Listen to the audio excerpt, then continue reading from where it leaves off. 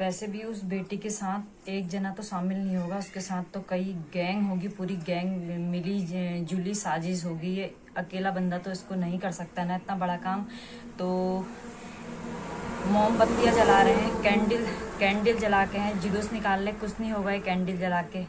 निर्भया में भी कैंडलें जलाई थी, और अभी जो हुआ था अभी 2-2.5 साल पहले, क्या नाम है उसका, नाम भूल गई, उसमें भी कैंडल जलाई थी। पूरी पब्लिक जमा होके चिल्लाए थे, पुकारे थे। क्या हुआ? कुछ नहीं हुआ ना।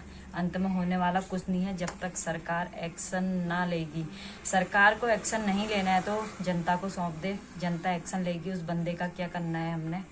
पहले कोलकाता उस बहन के साथ रेप हुआ, फिर देहरादून में उस 16 साल की बच्ची के साथ इतना घटिया, कहने में भी शर्म आ रही। इन 5-6 लोगों ने इतना गंदा घिनौना काम किया। उस रोडवेज वाले बदतमीज इंसानों ने उस बेटी के साथ, इतनी 16 साल की बच्ची के साथ ऐसा घिनौना खेल खेला। कुछ सोच के और देख के रूह कांप जा रही हमारी। तो सभी को मेरा प्यार भरा नमस्कार।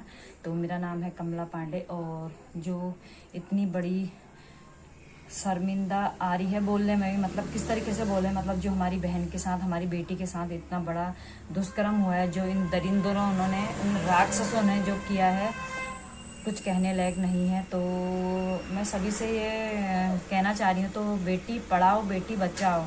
बेटी बच कहाँ रही है? कौन बचाएगा? बेटी की आखिर रक्षा करने वाला है कौन इस धरती में? ये तो बताओ, बेटी की रक्षा हमारी कौन करेगा? हम बेटियों की रक्षा करने वाला है कौन? कह रहे हैं देश आज़ाद हो गया, कहाँ पर हुआ है? बेटी आज़ाद हुई है? नहीं हुई है। आज कितने वर्षों से ये चला आ रहा है, बेटी के साथ बलात्कार हो रहा है, बेटी मर रही है, कोई जला रहा है, कोई बलात्कार कर रहा है, बेटी बच कहाँ रही है? पर फिर भी बेटी मर रही है, बलात्कार हो रहा है उनके साथ। तो इसका, तो ऐसे बहन बेटियों के साथ दिन दहाड़े बलात्कार हो जा रहे हैं, तो इसका जिम्मेवार कौन है आखिर? तो कैंडल जला रहे हैं, मोमबत्तियाँ जला रहे हैं, जुलूस निकाल रहे हैं, पर ये जुलूस निकालने वाला, आवाज़ें हमारी सुनने वाला है कौन? कोई नहीं ना। जब तक ऊपर से सरकार आदेश नहीं देगी, सख्त कोई कानून नहीं बनाएगी, तब तक होने वाला कुछ नहीं है। और क्या बोलते हैं, सरकार कानून बनाना चाहे तो ना एक रात में कानून बना सकती है। जैसे मोदी जी ने नोटबंदी के टाइम पे नोट बंद करने का, किसी को खबर तक भी नहीं थी, किसी ने सोचा भी नहीं था नोट बंद होंगे। 500 रुपए के नोट बंद होंगे, जो कि रातों रात नोट बंद हो गए तो लोगों के होश उड़ गए, पाँव तले जमीन खिसक गई, मतलब लोगों की, ऐसा मतलब कानून आया तो 500 के नोट बंद हैं। तो इसी तरीके का मोदी जी हमारे कोई कानून निकालें जो सुन के आदमी की रूह कांपे।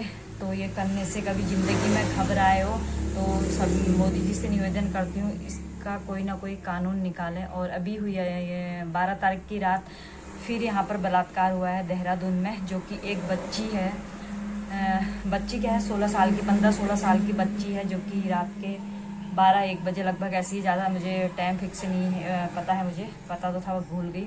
तो 12-1 बजे के लगभग वो खड़ी होती है एक मैगी शॉप पे, मैगी बनाने वाले भैया के वहाँ पर खड़ी होती है।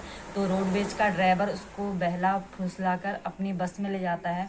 बस में ले जाने के बाद बहला फुसला कर बस में ले जाता है, चलो कोई नहीं, रोडवेज वाले भैया पे हमको जो विश्वास होता है, हम रोडवेज की बस में बैठ गए, जो कि मतलब ऐसा कुछ नहीं होगा हमारे साथ करके। तो रोडवेज वाले भैया उसको बहला फुला, भैया भी क्या, भैया कहने में तो शर्म आ रही, बदतमीज इंसान से भैया भी कौन कहेगा।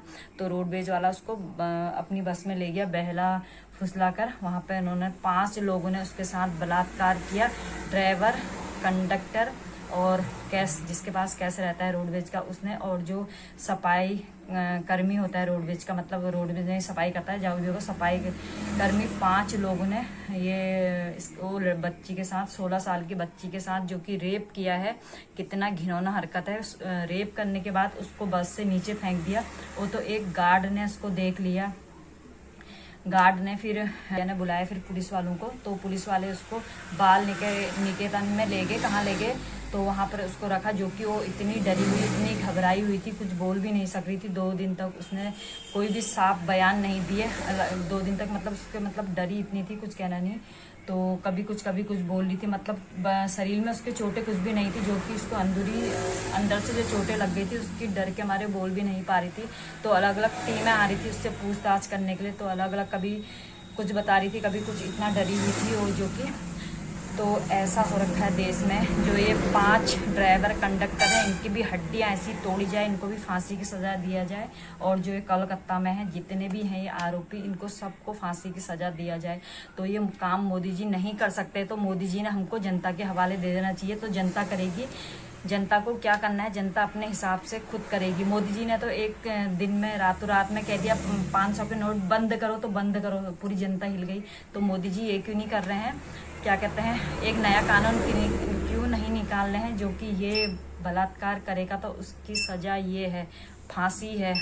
फांसी दी जाए या इनको करंट लगा के स्वाहा कर दिया जाए, इनको ऐसी सज़ा दी जाए, ऐसी सज़ा। वो लड़की के माँ बाप कोलकाता वाली के इतना रो रहे थे, इतना रो रहे थे, दिल में ही ना कुछ काम करने को मन कर रहा हमारा, ना कुछ।